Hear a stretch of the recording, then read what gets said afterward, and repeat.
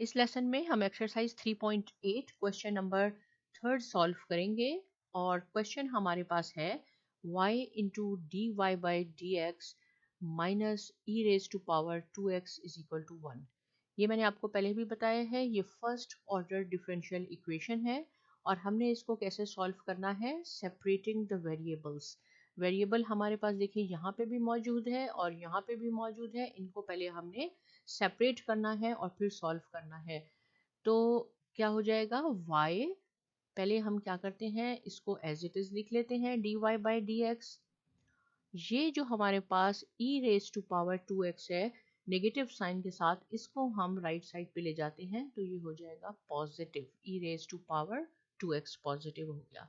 हमने क्या करना होता है कि ये जो dy है और dx है, इन दोनों को न्यूमरेटर में लिखना है, डिनोमिनेटर में ये नहीं आने चाहिए। तो देखें y और dy तो यहाँ हमारे पास न्यूमरेटर में मौजूद है dy, लेकिन dx यहाँ है तो इसको क्रॉस मल्टीप्लाई कर दें और इसको हम राइट साइड पे ले जाएंगे। यहाँ ये डिवाइड है तो यहाँ आके ये मल्टीप्लाई हो जाएगा और न्यूमरेटर में आ गया। तो अब ये बहुत आसान हो गया क्वेश्चन। अब हम इसकी इंटीग्रेशन कर देते हैं, ये हो जाएगा y dy, इसको भी हम सेपरेट करते हैं तो हो जाएगा ये 1 dx plus integral of e raise to power 2x into dx। चलिए मैं यहाँ सॉल्व कर देती हूँ, लेकिन आपने इसको कंटिन्यू करना है। तो क्या हो जाएगा, देखें एक स्टेप चले यहीं करती हूँ। y कैसे हो जाएगी, इंटीग्रेशन पावर रूल इस्तेमाल होगा।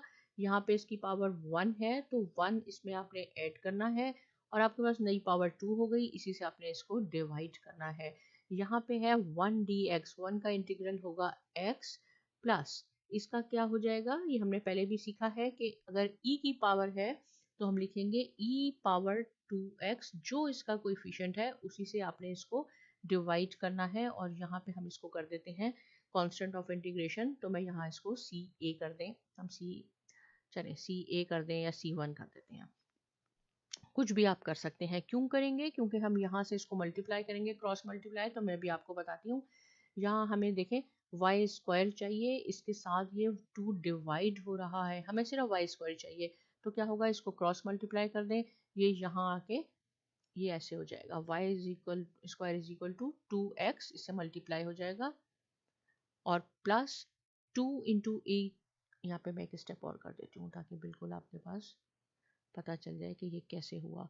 और ये 2c1 है is equal to y square is equal to 2x, ये 2 इस 2 से कैंसिल हो जाएगा, प्लस 2x और यहाँ पे हम इसको c लिख देंगे। तो ये आपका आंसर है। बहुत छोटा क्वेश्चन था, इजी क्वेश्चन है, इसकी प्रैक्टिस कीजिए। कोई प्रॉब्लम है आप पूछ सकते हैं। साइमा अकेडमी को सब्सक्राइब कीजिए और बहुत शुक्रिया।